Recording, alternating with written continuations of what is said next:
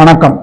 வயநாடு மட்டி landslide இதனால இதுவரைக்கும் 259 பேர் இறந்திருக்காங்க. Still they are counting the numbers. அந்த இறந்து போனவங்களுக்கும் அந்த இறந்து போன குடும்பத்தை சார்ந்தவர்களுக்கும் என்னோட NBC சேனல் சார்பாக ஆழ்ந்த அனுதாபங்கள். இப்ப இந்த வீடியோல நம்ம என்ன பார்க்க போறோம்னு பாத்தீங்கன்னா, அந்த வயநாடு லேண்ட்ஸ்லைட் எப்படி நடந்துச்சு, அந்த 259 பேர் இறப்பதற்கு காரணம் என்ன, அசால்ட்டாங்க ஒரு ஆள் இல்ல 2 ஆள் இல்ல 259 பேர் இறந்திருக்காங்க. இதுக்கெல்லாம் காரணம் என்ன அப்படிங்கிறத பத்தி இந்த வீடியோல விரிவா பார்ப்போம். வாங்க இந்த காணொலியை பார்ப்போம். Let's start the video.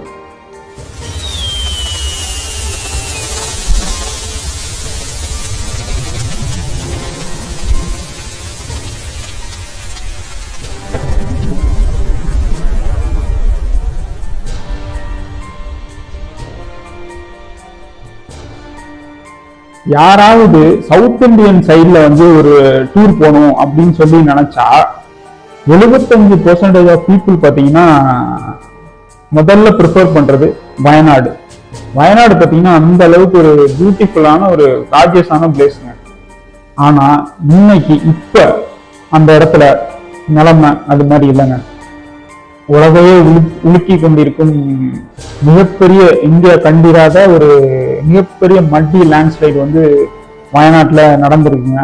இதனால ஒரு ஆள் இல்லை 2 ஆள் இல்லைங்க, 259 பேர் இறந்திருக்காங்க. மண்ணோட மண்ணா மாஞ்சு போய் இன்னமும் சில பேரோட உடல்கள் கிடைக்கவே இல்லை. கடைசி வரைக்கும் கிடைக்காமலும் போகலாம். இந்த மாதிரி ரொம்ப கொடூரமான ஒரு சேதாரம் நடந்திருக்குங்க. 29ஆம் தேதி சனிக்கிழமை நைட்டு பார்த்தீங்கன்னா 2 மணி வரைக்கும் அந்த வயநாட்டு மக்களுக்கு இந்த மாதிரி ஒரு விஷயம் நடக்க போகுது அப்படின்னு சொல்லி தெரியாதுங்க. 2 மணிக்கு மேல அங்க நடந்த காட்சிகள் மிகப்பெரிய ஒரு மனித குலத்துக்கே மிகப்பெரிய ஆபத்தான இயற்கை பேரிடர் நடந்துருச்சுங்க. இதனால 259 பேர் நான் சொன்ன மாதிரி இறந்து போயிட்டாங்க. முக்கியமா வயநாட்டுல உள்ள முண்டக்கை, சூரல்பாளையம், மேப்பாடி அண்டு பூஞ்சேரி மட்டம் அப்படின்னு சொல்லி இந்த ஊர்ல மிகப்பெரிய ஒரு சேதாரம் நடந்துச்சுங்க. பூஞ்சேரி மட்டம்லாம் பாத்தீங்கன்னா 26 குடும்பங்களே காணோம் அப்படின்ற மாதிரி சொல்றாங்க. 26 குடும்பத்துல ஒரு ஆளு கூட இது வரைக்கும் எங்களால கண்டுபிடிக்க முடியல அப்படின்னு சொல்லி ஆய்வுல சொல்றாங்க. இந்த ஊருக்கு ரொம்ப இந்த ஊருங்களுக்கெல்லாம் பாத்தீங்கன்னா ரொம்ப பயங்கரமான ஒரு சேதம் நடந்திருக்கு இந்த நிலச்சரிவால. இந்த நிலச்சரிவுக்கு காரணம் என்னங்க? அதாவது 2011 பாத்தீங்கன்னா நான் சொன்ன ஊர்ல இந்த மேப்பாடியில பாத்தீங்கன்னா ஒரு மிகப்பெரிய ஒரு இதே மாதிரி ஒரு வெள்ளம் லேண்ட்ஸ்லைட் ஆயிடுச்சுங்க, நிலச்சரிவு ஆயிடுச்சுங்க. அப்போ கேரளா அரசு ஒரு கமிட்டி உருவாக்குறாங்க. மாதவ் கட்கில் அப்படின்னு சொல்ற ஒரு கமிட்டி உருவாக்குறாங்க. இந்த மாதிரி லேண்ட்ஸ்லைட் எல்லாம் தடுக்கிறதுக்காக நீங்க கேரளாவை ஆய்வு செய்வீங்க. இந்த மாதிரி எந்தெந்த இதெல்லாம் பாத்தீங்கன்னா லேண்ட்ஸ்லைடுக்கான ஈகோ சென்சிட்டிவ் ஜோனா இருக்கும், அதெல்லாம் எங்களுக்கு சொல்லுங்க அப்படின்னு சொல்லி நம்ம கமிட்டியில சொல்றாங்க. அந்த கமிட்டியும் ஆய்வு செஞ்சு ஒரு 18 இடத்த சொல்லியிருக்காங்க. முக்கியமா வயநாடு அண்ட் கோழிக்கோடுல ஒரு 18 இடத்த சொல்லியிருக்காங்க. அந்த 18 இடத்துல இப்ப நடந்திருக்க சம்பவம் நடந்திருக்கு இந்த 4 ஊரும் ஒரு முக்கியமான ஒரு இடமா சொல்லியிருந்திருக்காங்க. பட் அப்ப பாத்தீங்கன்னா 2011 இதை சொல்லியிருக்காங்க. பட் அந்த அளவுக்கு இதை பெருசா காது கொடுக்கல என்னன்னு அரசு. 2018 ஒரு வெள்ளம் வந்துச்சு, 2019 ஒரு வெள்ளம் வந்துச்சு, 2021 ஒரு வெள்ளம் வந்துச்சு. இந்த மாதிரி ஏகப்பட்ட வெள்ளங்கள் நடந்துகிட்டே தாங்க இருக்கு வயநாட்டுல. இப்ப இன்னைக்கு 2024 வயநாட்டுல இப்படி ஒரு சம்பவம் நடந்திருக்குங்க.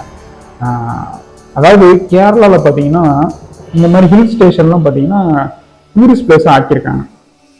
டூரிஸ்ட் பிளேஸ் ஆக்கினதுனால அங்க வர டூரிஸ்ட் எல்லாம் சாப்பிட்றதுக்காக ஹோட்டல், ஏதாவது ஒரு டெம்பிளோ இல்ல மாஸ்கோ, சர்ச்சோ இல்ல பேக்கரியோ இந்த மாதிரி எல்லாம் டூரிஸ்ட் பிளேஸ் பாக்குறதுக்காக கவர்மெண்ட்ல பர்மிஷன் கொடுத்து இந்த மாதிரி விஷயத்தெல்லாம் கட்டுவாங்க. இந்த மாதிரி ஹில் ஸ்டேஷன்ல கேரளால, முக்கியமா கேரளால, வயநாட்டுல இந்த மாதிரி ஹில் ஸ்டேஷன்லாம் கட்டுவாங்க.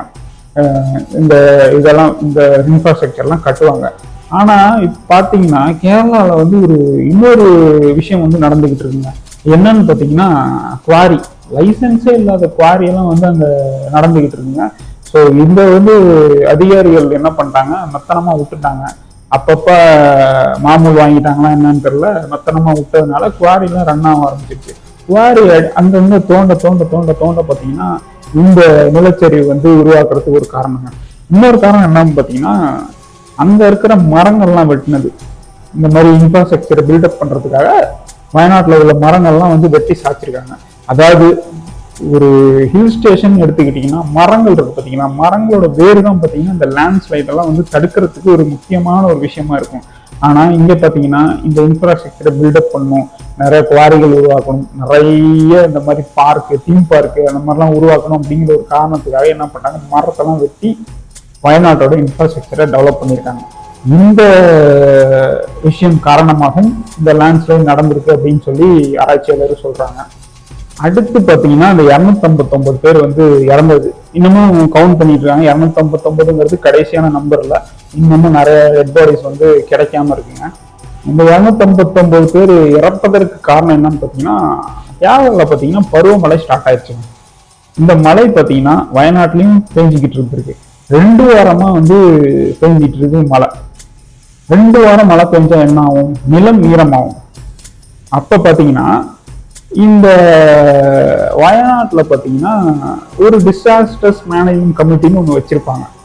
அவங்க பார்த்தீங்கன்னா இன்ஃபார்ம் பண்ணியிருக்காங்க, இந்த மாதிரி ரெட் அலர்ட் கொடுத்துருக்காங்க, இந்த மாதிரி நிலச்சரிவு நடக்கும், அதுங்களையும் மக்களை வந்து பாதுகாப்பான இடத்துக்கு கொண்டு போய் சேர்த்துருங்க அப்படின்னு சொல்லி ஒரு அலர்ட் வந்து கொடுத்துருக்காங்க.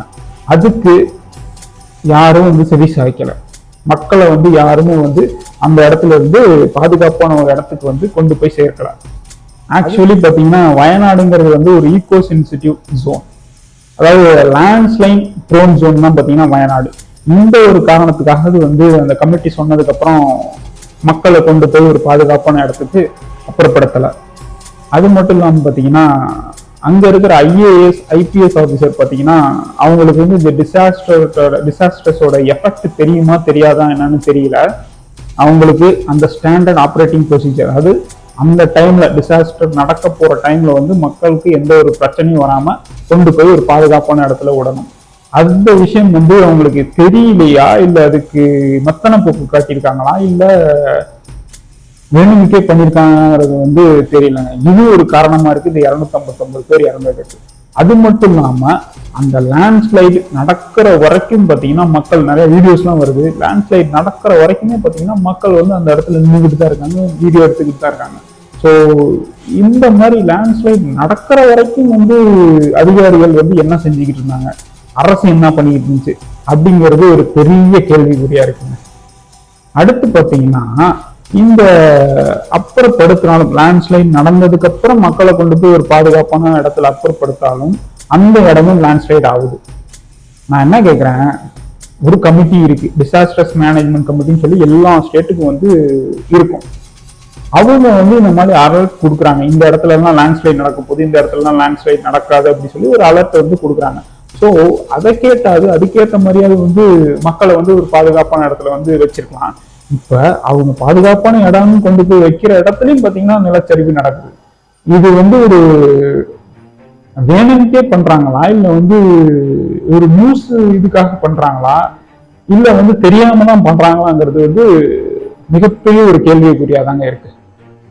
என்னோட கருத்து என்னன்னு பாத்தீங்கன்னா, வயநாடு டவுன்ஷிப் டெவலப்மெண்ட்டை வந்து கொஞ்ச நாள் நிறுத்தி வைக்கணுங்க. இந்த மாதிரி இயற்கையை அழிச்சு வந்து ஒரு டவுன்ஷிப்பை டெவலப் பண்ணா இப்ப என்ன நடந்துச்சு பாத்தீங்களா, இந்த மாதிரி எஃபெக்ட் தான் வந்து இயற்கை காட்டும். இதனால மனிதர்கள் வந்து இயற்கையை எடுத்துக்கிட்டு எதுவுமே பண்ண முடியாதுங்க.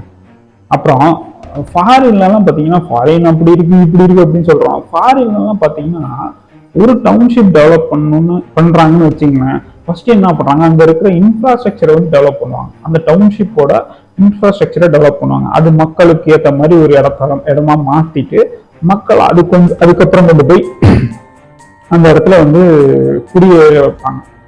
ஆனா நம்ம இந்தியாவில பாத்தீங்கன்னா அப்படி கிடையாது. ஒரு டவுன்ஷிப் டெவலப் பண்றாங்கன்னு வச்சுங்களேன், மக்களை கொண்டு போய் ஃபர்ஸ்ட் வச்சிடறது, வச்சுட்டு அதுக்கப்புறம் தான் அந்த இன்ஃப்ராஸ்ட்ரக்சரை பில்டப் பண்றாங்க.